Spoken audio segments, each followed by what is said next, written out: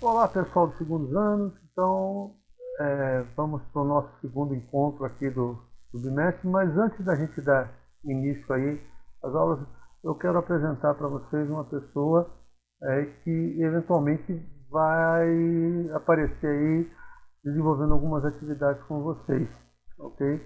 Deixo a palavra com ela. Oi, pessoal, tudo bom? Eu sou Ana Beatriz.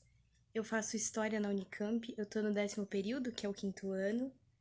Eu faço licenciatura e bacharelado, então eu posso ser professora e vou poder ser pesquisadora na área de História. Eu prestei História porque eu sempre gostei muito da matéria e eu sempre quis muito ser professora e eu sempre me imaginei dando aula de História. E agora eu tô fazendo uma matéria de licenciatura, que é um estágio. E esse estágio prevê que eu cumpra algumas horas em sala de aula com vocês. Devido a toda essa situação da pandemia, eu não posso estar presencialmente com vocês, mas eu vou estar alinhada com o professor Sérgio durante todo esse bimestre para fazer algumas intervenções com vocês. E eu vou estar presente também para dúvidas, para o que vocês precisarem, acompanhando aí o semestre de vocês e o trabalho do professor Sérgio. Prazer e fico à disposição. Então, eu quero dar boas-vindas à Ana e que ela faça um desejo, manifestar meu desejo que ela faça um bom trabalho aqui com a gente. Espero que vocês compareçam, prestigiem as atividades que ela vai organizar. Inclusive, ela está disponibilizando a fazer um plantão de dúvidas com vocês. É importante aí para o estágio dela. Então, espero que vocês compareçam. Bom, pessoal, vamos lá, retomando aí a nossa visão geral que estamos fazendo sobre o período Brasil-Colônia. Vamos para a segunda parte. Na primeira parte a gente falou um pouco do período pré-colonial, quando não houve interesse muito dos portugueses em efetivamente ocupar esse território. Ele está focado mais com o comércio lá do Oriente, das especiarias com as Índias. Mas depois de uns 30 anos esse comércio já não estava muito lucro, presença de franceses, ingleses e holandeses aqui na costa brasileira. A madeira também, o pau-brasil não se encontrava muito, então eles resolvem iniciar a colonização. 1532, a expedição do Martim Afonso de Souza traz as primeiras mudas de cana-de-açúcar e o açúcar vai dar a cara da sociedade canavieira. A primeira metade aí do período colonial vai ser muito marcado pela cultura canavieira, a produção da cana, a sociedade que se forma vai estar muito ligada a esse modo de produzir da cultura canavieira. Então foi, assim, resumindo muito, foi o que nós vimos na aula passada. Então vamos continuar a partir daí. Tá? Embora a produção de cana seja a principal atividade econômica aqui na colônia, nesse início de colonização, ao longo do século XVI e século XVII, com o tempo outras atividades econômicas começam a se desenvolver aqui. Então vai haver um extrativismo das drogas do sertão, principalmente no norte e nordeste, em que mateiros, pessoas que entram no mato, vão atrás de extrair da floresta as especiarias aqui daquela região, vamos dizer assim, fazendo uma analogia lá com o comércio do Oriente. Isso vai ser uma atividade econômica importante. Então, algumas pessoas vão ganhar a sua vida assim, entrando no mato, pegando as chamadas drogas do sertão, que não tem nada a ver com drogas psicotrópicas e drogas no sentido de... eram temperos, eram produtos que podiam ser utilizados medicinalmente também. E isso foi uma atividade econômica importante ali do início.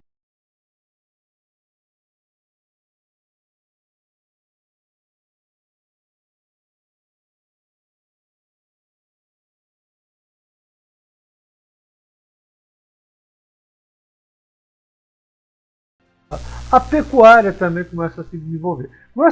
Antes de falar da pecuária, começa a experiência de se plantar outras coisas também, como o algodão, o tabaco. Tá? Mas na agricultura, o forte mesmo, o grosso da produção é a produção canavieira. Agora, a pecuária, né, quando o Martim Afonso vem para cá, vem as primeiras cabeças de gado.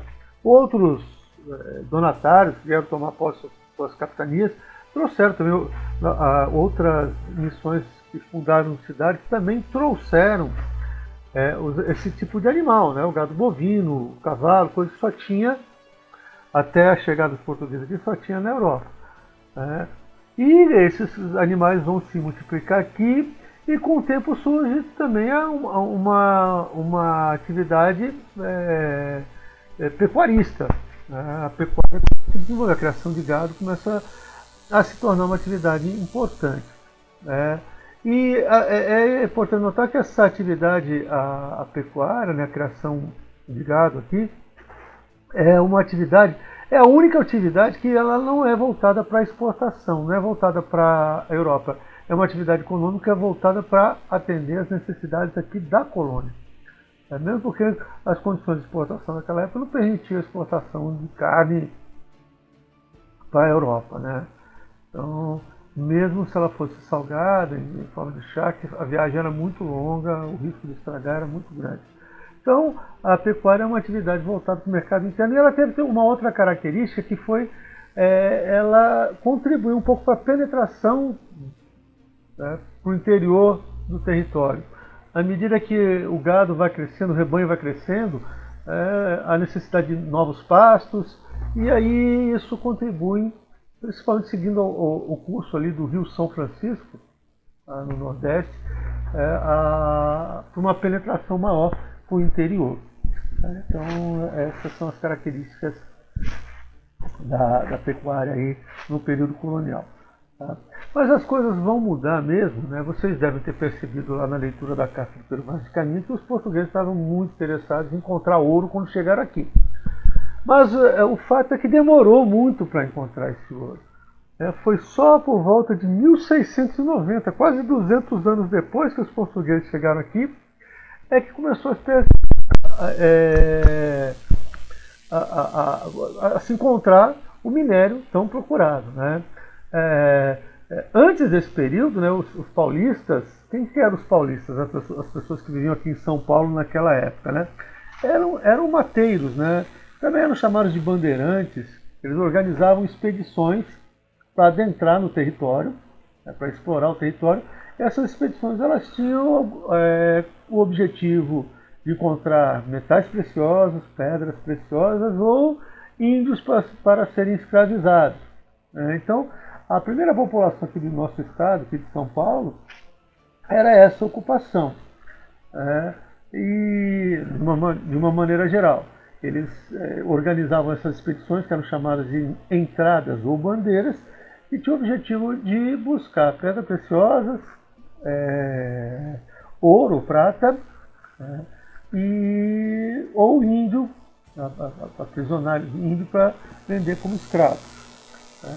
E foi nesse movimento que na região de Minas Gerais, alguns paulistas, alguns bandeirantes começaram a encontrar sinais evidentes da presença de ouro, por volta aí de 1690.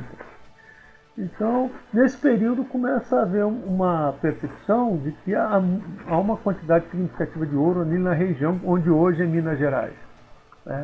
E isso vai mudar um pouco a feição daquele mundo colonial, conforme a gente viu na aula passada.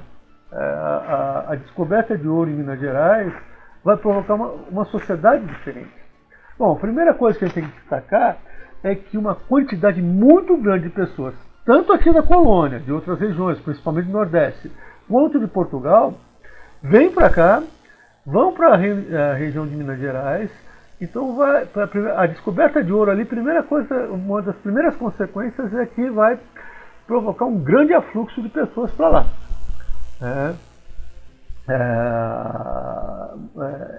O ouro é a chance da pessoa enriquecer muito facilmente. Para ser senhor de engenho, você já tem que ter alguns recursos, você já tem que ter alguma estrutura para montar o seu engenho. Agora, o ouro não. O ouro, uma pessoa pobre, sem recursos, se ela der sorte de encontrar um veio, explorar, tirar aquele metal dali, é a chance dela ficar rica da noite para o dia. E isso tem um apelo muito grande, e aí aquela região onde hoje é Ouro Preto, Mariana, Tiradentes, a região ali do circuito da Inconfidência, começa a atrair muita gente para lá. E isso vai ser responsável por as primeiras coisas parecidas realmente com uma cidade.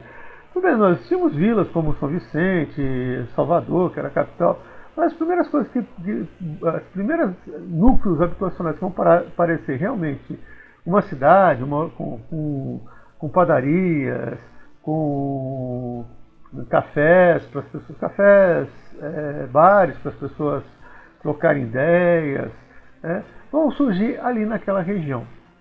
Então, esse grande afluxo de pessoas para Minas Gerais vai possibilitar um processo de urbanização. E a gente já estudou, vocês devem se lembrar disso, que as cidades, elas são lugares onde as ideias circulam com maior facilidade, onde a arte pode se desenvolver. Então, o surgimento de cidades ali vai favorecer o surgimento de expressões artísticas características aqui da colônia, como as obras do Manuel Antônio Lisboa, o Aleijadinho, que são obras fantásticas.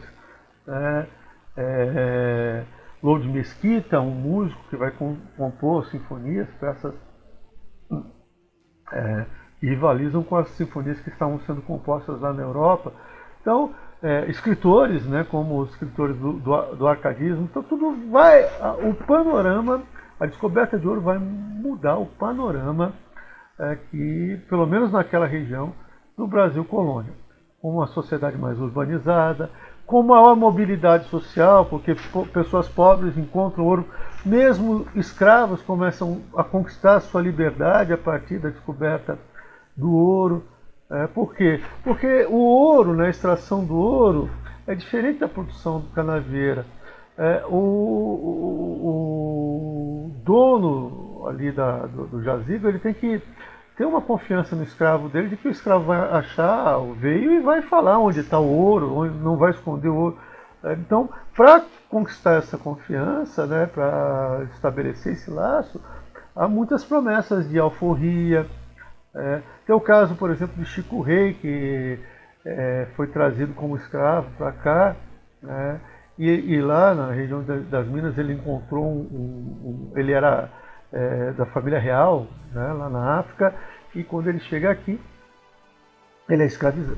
Lá na África ele foi escravizado, chegando aqui ele foi trabalhar como escravo, mas ele deu a sorte de encontrar um veio muito grande aí de ouro na região de Vila Rica, hoje chamado de Ouro Preto, e aí ele ganhou uma só alforria e ganhou parte da mina ainda. E com o dinheiro que ele conseguiu, ele montou uma associação que tinha como objetivo comprar a alforria de outros escravos. Então, a folia de reisados, a congada, são manifestações folclóricas daquela região que se inspiram na história do Chico Rei. Isso é um exemplo dessa nova sociedade que surge a partir da mineração.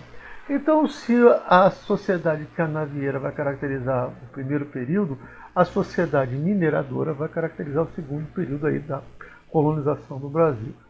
E é uma sociedade com maior mobilidade social, mais urbanizada, um pouco menos embrutecida, vamos dizer assim, com mais acesso à informação, à arte. São mudanças importantes que o ouro vai trazer. Mas junto com essas mudanças, vem um maior rigor da metrópole no controle sobre as atividades mineradoras aqui. A metrópole portuguesa ela sempre se esforçou por controlar muito as atividades econômicas aqui, mas com o ouro esse controle chegou a um nível muito elevado. Então, com a descoberta de ouro aqui, a descoberta já gerou um grande conflito, que foi a Guerra dos Emboabas. O que foi a Guerra dos Emboabas?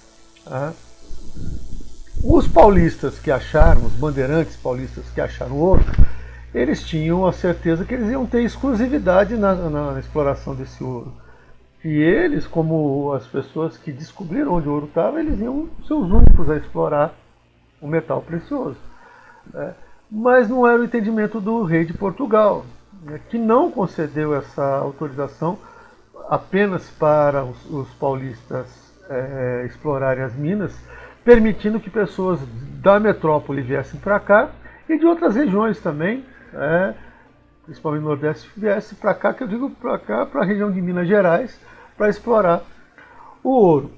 Isso irritou muito os paulistas, que se rebelaram. Teve uma guerra chamada Guerra dos Emboabas. Ela tem esse nome, é muito curioso, ela tem esse nome porque os paulistas chamavam os estrangeiros que vinham lá de Portugal de emboabas. Por quê?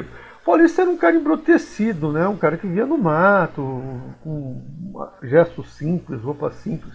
De repente veio um grupo de europeus lá de Portugal, usando peruca, todo perfumado, cheio de roupa, cheio de babado, usando salto alto, que era a moda daquela época.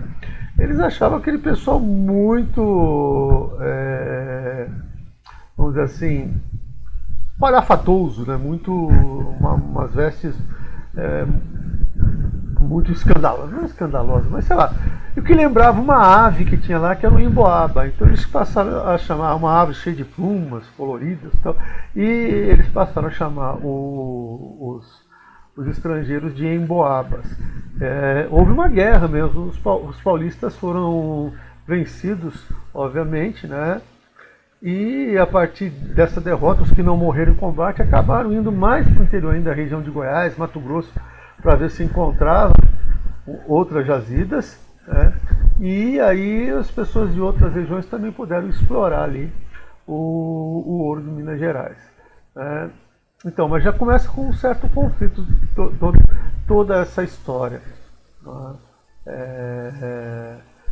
Na medida em que a coroa portuguesa começa a ver o potencial, né, de arrecadação e de enriquecimento que isso pode fazer com Portugal, começam a ser feitas leis que endurecem muito esse controle sobre a atividade mineradora. Por exemplo, o imposto era imposto de praxe, o quinto real.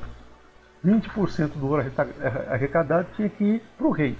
Mas como é que o rei poderia controlar isso daí? Para controlar isso daí, foi feita uma lei que proibia o ouro de circular ou em pepita, né, pedrinhas, ou em pó. Eram as duas formas que se encontrava o ouro na natureza, em pó ou pepita. Foi feita uma lei que proibia, o ouro só poderia circular em barra. Então o ouro que fosse pego assim, lógico, tem o trajeto da mina até o local onde essa barra era fundida. Fora desse trajeto, se o ouro fosse pego sem ser em barra, fosse pego em pepita ou em pó, ele seria confiscado, a pessoa seria acusada de contrabando, de evasão de divisas, de não pagar os impostos reais, e as punições eram severas. Para transformar o ouro em barra, o minerador tinha que ir nas casas de fundição. O que eram as casas de fundição? Eram as casas onde o metal era fundido, transformado em barra. Quando ele chegava na casa de fundição, já se tirava os 20% real. Então era a maneira do rei. Né? Vocês já devem ter ouvido a expressão santo do pau oco, né? Santinho do pau oco. Essa expressão vem dessa época, porque muitas imagens de santo ocas eram utilizadas para contrabandear o ouro em pó ou em pepita, para outras regiões, até para mandar para fora do país. Então, montou-se todo um sistema de fiscalização baseado no quinto real, nas casas de fundição, né, e na proibição da circulação do ouro em pepita ou em pó, só valendo a circulação em barra. No início, tudo bem. Quando começa a rarear um pouco, porque a exploração é predatória, né? O pessoal vem com muita sede. Quando começa a rarear, faltar ouro, aí as leis vão ficando mais duras ainda. E é instituída a lei da derrama.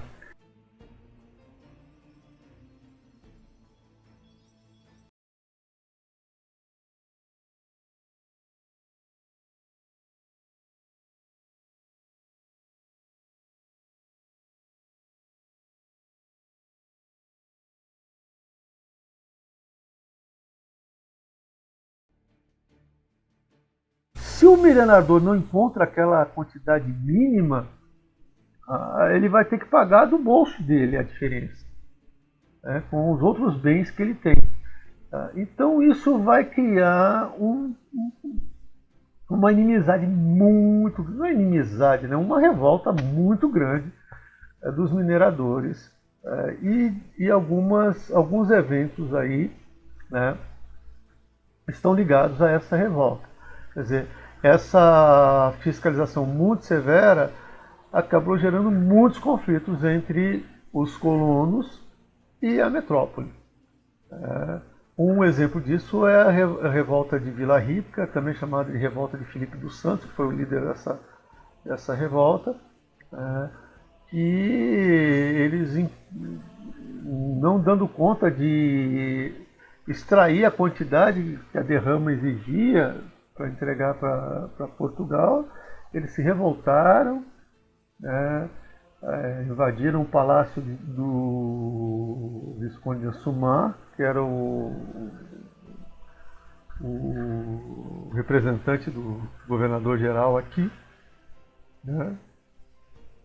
Vamos lembrar que nessa altura, com a descoberta de ouro, Salvador ficou muito longe e aí a capital foi transferida para o Rio de Janeiro, capital da colônia foi transferida para o Rio de Janeiro. Dos Santos foi morto de forma muito violenta. A casa dos revoltosos ficava no Morro da Queimada, o morro foi totalmente queimado, onde as casas deles ficaram. Então foi uma revolta que foi reprimida com muita violência, mas que expressa o quê? Que os colonos já não têm os mesmos interesses que as pessoas que estão lá na metrópole. Mais tarde vai acontecer um outro movimento muito importante, que é a Inconfidência Mineira, liderada por Tiradentes, que tem os mesmos motivos, a mesma motivação, a vigilância e o exagero na cobrança de impostos ali da colônia portuguesa.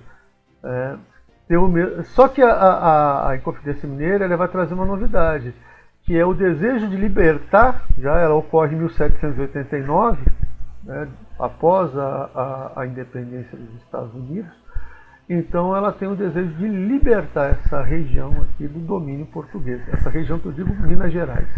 Tem o desejo de transformar Minas Gerais numa região independente do domínio português. É a primeira manifestação de revolta emancipacionista. Que emancipacionista? Onde há um desejo de independência já presente. Que a ideia dos Inconfidentes é que Minas Gerais fosse um país livre, não mais submetido não é o Brasil todo, Minas Gerais fosse uma região livre, não mais submetida ao domínio português. Então, é a primeira revolta emancipacionista. Outras revoltas já haviam ocorrido, né, mas eram revoltas nativistas. Qual a diferença? Elas surgiam, elas não tinham o desejo de separar a colônia de Portugal. Elas tinham um desejo de resolver um problema, como Filipe dos Santos, por exemplo, não falava em separar Minas Gerais. Filipe dos Santos queria reduzir aquelas cobranças escorchantes, aquelas cobranças absurdas que Portugal fazia sobre a mineração. Outras revoltas ocorreram antes, como, por exemplo, as dos irmãos Beckman, a revolta dos Beckman, no Maranhão, que eles se revoltaram contra o monopólio que a Companhia do Maranhão, era uma companhia de comércio ligada a Portugal, e ela tinha exclusividade do comércio lá no Maranhão. Tudo que as pessoas precisavam comprar, tinha que comprar dessa companhia, inclusive escravos, e a companhia não conseguia fornecer o que os colonos precisavam. Então houve uma revolta em função disso no Maranhão, que é outra revolta nativista.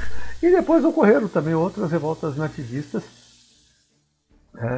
bem como outras revoltas emancipacionistas. Tá, okay? Então, essa é uma visão geral sobre esse período do ouro. Quando a gente fala aí do período do ouro, a gente já está chegando perto da independência do Brasil, né? A Inconfidência Mineira foi de 1789. Outras revoluções ocorreram também no final do século XIX, no final do século XVIII. Conjuração do Rio de Janeiro. Essas revoltas, elas tinham em comum o que já a partir da Inconfidência Mineira? O desejo de separar o Brasil ou parte dele do domínio português, né? Essa insatisfação toda vai mudar no começo do século XIX, quando a família, fugindo de Napoleão, a família real portuguesa vem para cá. Quando a família real portuguesa vem para cá, as leis de Portugal passam a valer aqui.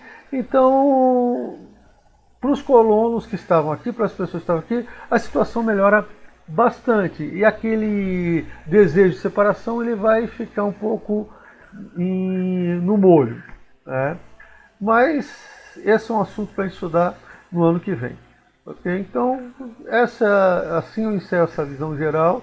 Não deixe de ler o texto, porque tem muita informação que eu não coloquei aqui que vai estar no texto. Vocês vão complementar esse conhecimento aí com a leitura do texto. Tá ok? Então, é isso aí. Façam as atividades propostas, sigam o roteirinho lá. E uma boa semana a todos. Até a próxima.